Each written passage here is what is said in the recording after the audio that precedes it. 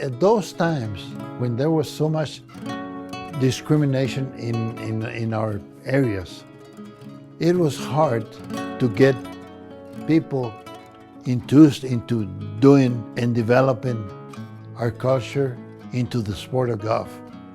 It took a while.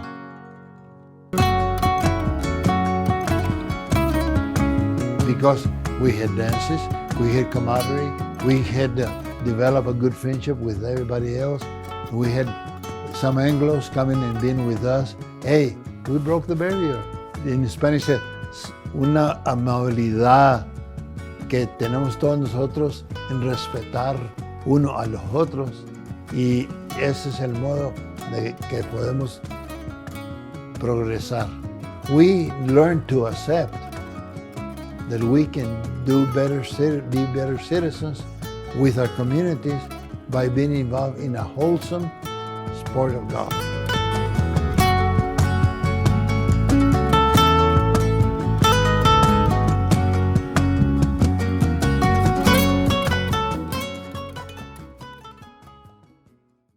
I'm not too good a golfer. A lot of people consider that I was a very good golfer, but myself, I was just mediocre. I don't like to take credit for being a smart aleck or anything like that. But I was fortunate enough to get 2 hole-in-ones, and one of my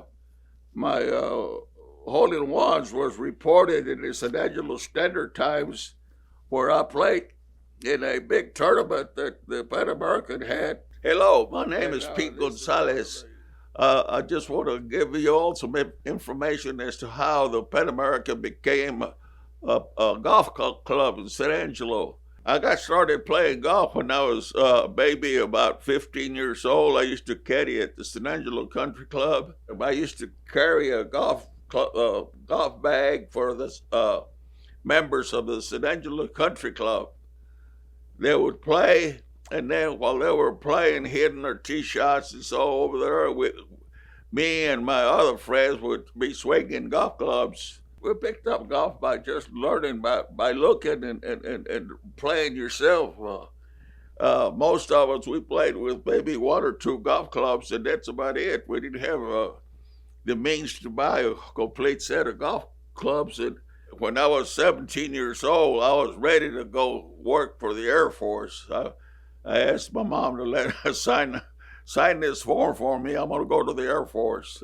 Well, in the Air Force, I was fortunate enough to be a fairly good golfer, and I was fortunate enough to make a team, what they call a golf team, that would select 10 or the better golfers and make them into a Air Force team for the military base, that whatever base that you were stationed at. And from there, they would take us to different tournaments all over. I was happy to go to North Africa and represent Torrejon Air Force Base with the team, of course. And of course, you had your own individual trophies and so forth. And I was very happy to be a member of that.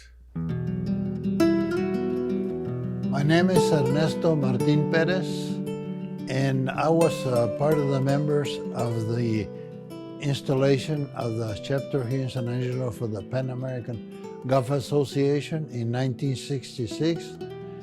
Thanks to Pete Gonzales, who had brought that idea to us, and we got installed in 1966 as a Pan American Golf Association chapter in Corpus Christi. And I am very proud to have been serving and still serving with the Pan American Golf Association. The idea had come from him because he was in Air Force in Wichita Falls. He went to Fort Worth, where Mr. Zapata was one of the instigators of the Golf Association. We started playing golf, in the golf course, which is a 9-hole golf course, Santa Fe. But we were not really into a lot of golfing.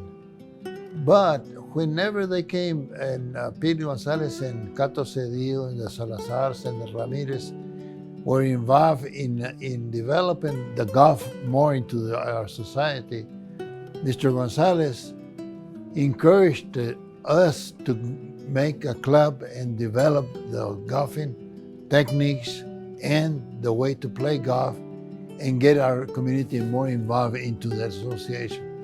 From that association that they established here in San Angelo, we got involved more to participating with the national level, whether it was Dallas, Houston, El Paso, Harlingen, Brownsville, Corpus Christi.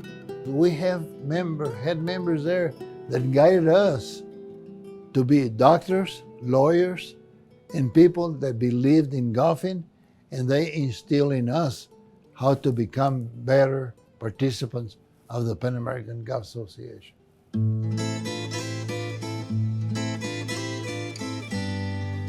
My wife was a member, and me, we were members of the Benwood Country Club for 22 years. And my wife was very well liked by the women members of the golf course.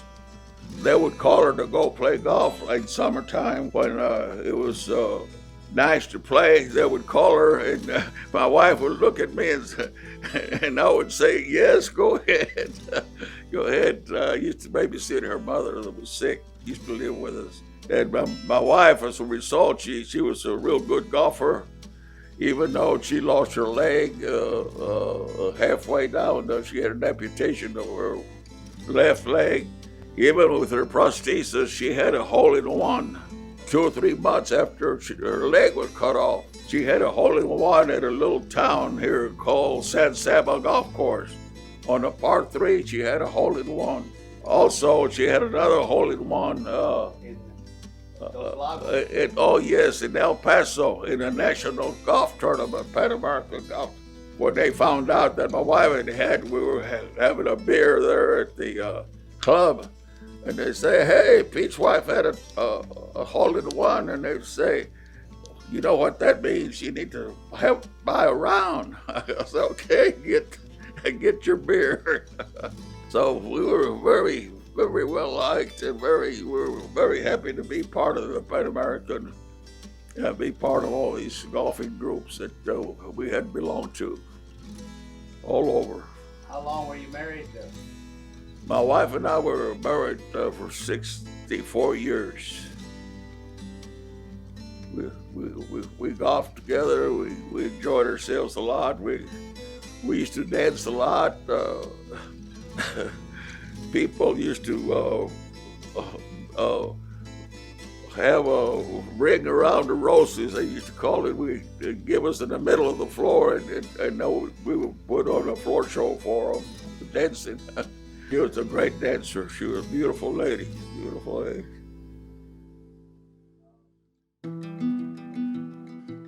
In 1993, when we had a winter meet here, we started, the local club here started a $1,000 scholarship for the kids in school. There was 4 scholarships for Lakeview, 4 scholarships for Central. That's $250 apiece, and that's what we started with. What have we done for the community? We've increased that scholarship every year. Right now, 2022, we just had our scholarship fundraising this last May, and we raised $21,000, thanks to the sponsors of San Angelo. If you count all those years that we have 21, 22, 25, 35,000 a year, we have contributed $2.25 million to the scholarships for education for the kids. 63% of the kids are Hispanic in San Angelo.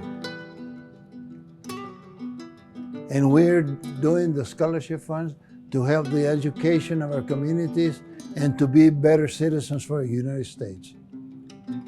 Not only the United States, but for the world, because we believe in our children.